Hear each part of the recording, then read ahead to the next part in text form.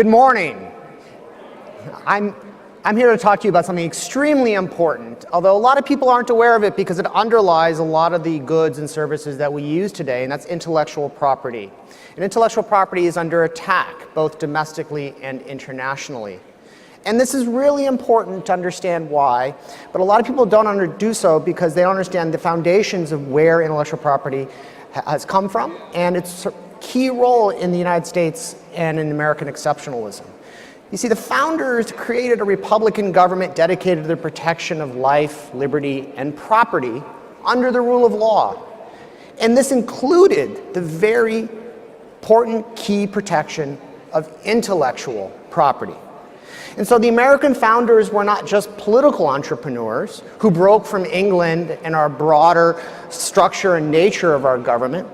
They were also entrepreneurs in recognizing that creators and innovators should have the fruits of their labors protected to them, just as farmers and tradesmen historically have had theirs protected under the law.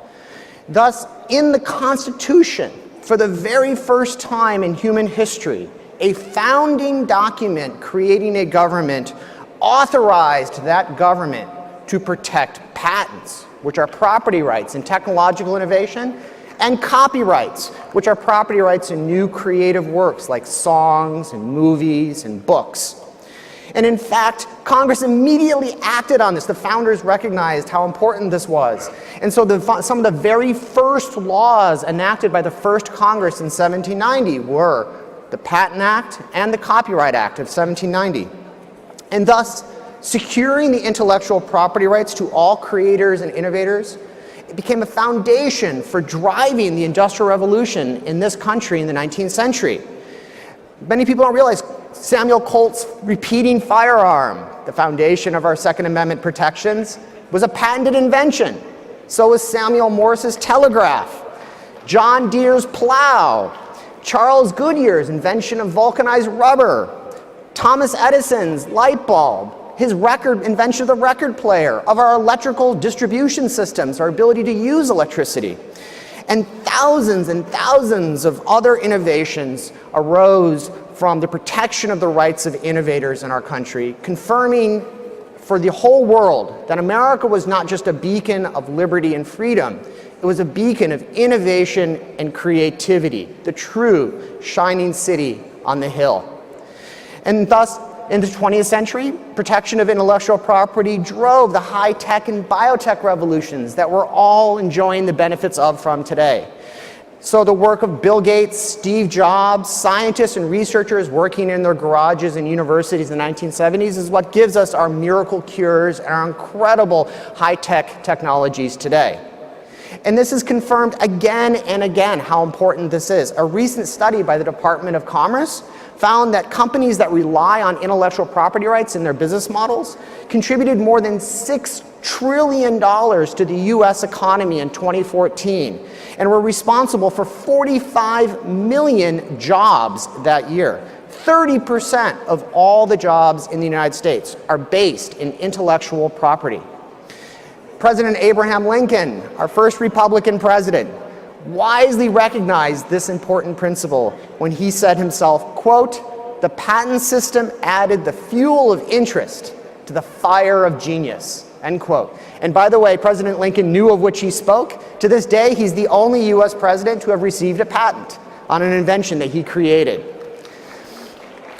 Now, this is the foundation by which we need to understand the attacks on intellectual property today that are occurring both internationally and domestically.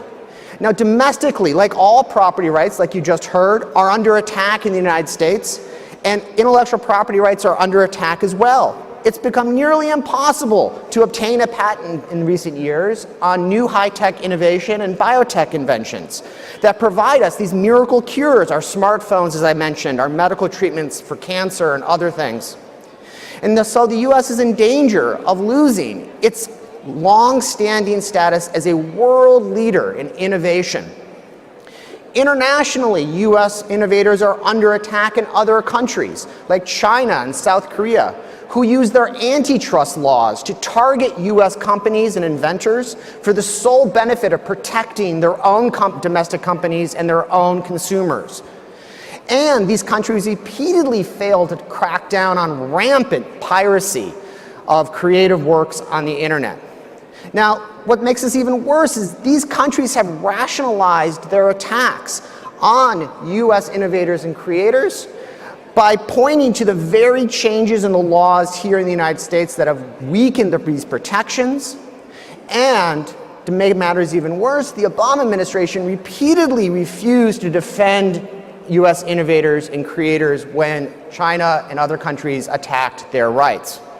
So US competitiveness in the global economy is now threatened because our very rights of our own creators and innovators, the foundation of our innovation economy for over 250 years, has been seriously weakened and undermined. And this is so, I urge you to support wholeheartedly intellectual property rights across the range. They are key. They are just as fundamental as our property rights in our land and our personal goods. In a recent letter to the Trump administration and the 115th Congress, over 70 organizations and individuals, including the ACU, wrote, quote, "The founding fathers understood that by protecting the proprietary rights of artists, authors, entrepreneurs, innovators, and inventors, they were promoting the greater public welfare.